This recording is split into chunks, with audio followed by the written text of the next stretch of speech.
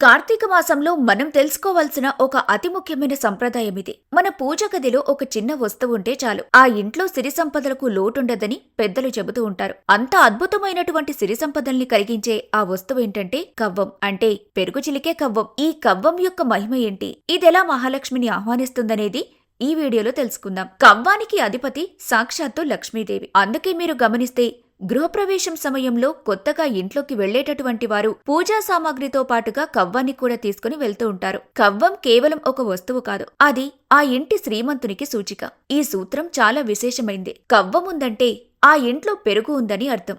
ఎందుకంటే కవ్వమున్నది పెరుగు చిలకటానికే. పెరుగుందంటే ఆ ఇంట్లో పాలున్నాయని అర్థం. పాలున్నాయంటే ఆ ఇంట్లో పశుధనముందని అర్థం. పశుధనముంది అంటే వారికి పొలముందని అర్థం. పొలముందంటే వారికి సిరి సంపదలు ఉన్నాయని అర్థం. ఎందుకంటే పాడి పంటలు సిరి సంపదలు ఏమీ లేని వారికి కవ్వంతో పనేముండదు కదా. అందుకే పూర్వకాలంలో ఇంటి ముందు ఎంత పశు సంపద ఉంటే వారు అంత శ్రీమంతులని లెక్కించేవారు. లక్ష్మీదేవి ఆ కవ్వం రూపంలో వారి ఇంట్లో ఉందంటే వారికి సిరి సంపదలు కలిగి తీరుతాయని గుర్తు. కవ్వం ఇంత విశేషమైనటువంటి లాభాన్ని కలిగిస్తుంది కాబట్టి ఖచ్చితంగా మీ పూజగదిలో దాన్నుంచండి. పూజగదిలో ఎట్టి పరిస్థితుల్లోనూ కూడా స్టీలు, ఇనుప లేదా అల్యూమినియం కవ్వాలను అస్సలు పెట్టకూడదు. ఒక చక్కటి చెక్క కవ్వాన్ని కొనుక్కొని దానికి కొంచెం గంధం, కుంకుమ బొట్టు పెట్టి మీ పూజగదిలో పెట్టుకోండి. ఇలా చేస్తే లక్ష్మీదేవి మీ ఇంట్లో వచ్చి కూర్చుంటుంది. వీలైతే ప్రతిరోజు కాకపోయినా కనీసం వారానికొక్కసారైనా ఆ చెక్క కవ్వంతో పెరుగును చిలకండి. ఏ ఇంట్లో అయితే పెరుగు చిలకబడుతుందో, ఏ ఇంట్లో అయితే ఆ కవ్వం పెరుగులో తిరుగుతూ శబ్దం వస్తుందో, ఆ శబ్దం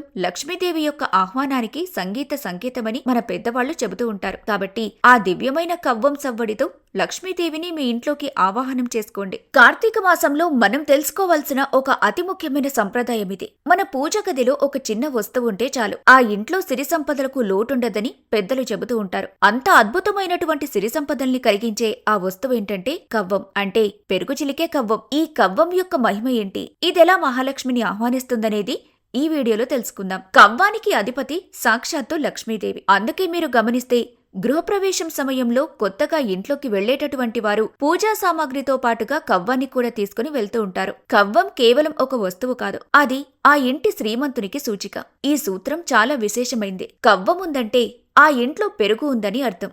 ఎందుకంటే కవ్వమున్నది పెరుగు చిలకటానికే. పెరుగుందంటే ఆ ఇంట్లో పాలున్నాయని అర్థం. పాలున్నాయంటే ఆ ఇంట్లో పశుధనముందని అర్థం. పశుధనముంది అంటే వారికి పొలముందని అర్థం. పొలముందంటే వారికి సిరి సంపదలు ఉన్నాయని అర్థం. ఎందుకంటే పాడి పంటలు సిరి సంపదలు ఏమీ లేని వారికి కవ్వంతో పనేముండదు కదా. అందుకే పూర్వకాలంలో ఇంటి ముందు ఎంత పశు సంపద ఉంటే వారు అంత శ్రీమంతులని లెక్కించేవారు. లక్ష్మీదేవి ఆ కవ్వం రూపంలో వారి ఇంట్లో ఉందంటే వారికి సిరి సంపదలు కలిగి తీరుతాయని గుర్తు. కవ్వం ఇంత విశేషమైనటువంటి లాభాన్ని కలిగిస్తుంది కాబట్టి ఖచ్చితంగా మీ పూజగదిలో దాన్నుంచండి. పూజగదిలో ఎట్టి పరిస్థితుల్లోనూ కూడా స్టీలు, ఇనుప లేదా అల్యూమినియం కవ్వాలను అస్సలు పెట్టకూడదు. ఒక చక్కటి చెక్క కవ్వాన్ని కొనుక్కొని దానికి కొంచెం గంధం, కుంకుమ బొట్టు పెట్టి మీ పూజగదిలో పెట్టుకోండి. ఇలా చేస్తే లక్ష్మీదేవి మీ ఇంట్లో వచ్చి కూర్చుంటుంది. వీలైతే ప్రతిరోజు కాకపోయినా కనీసం వారానికొక్కసారైనా ఆ చెక్క కవ్వంతో పెరుగును చిలకండి. ఏ ఇంట్లో అయితే పెరుగు చిలకబడుతుందో, ఏ ఇంట్లో అయితే ఆ కవ్వం పెరుగులో తిరుగుతూ శబ్దం వస్తుందో, ఆ శబ్దం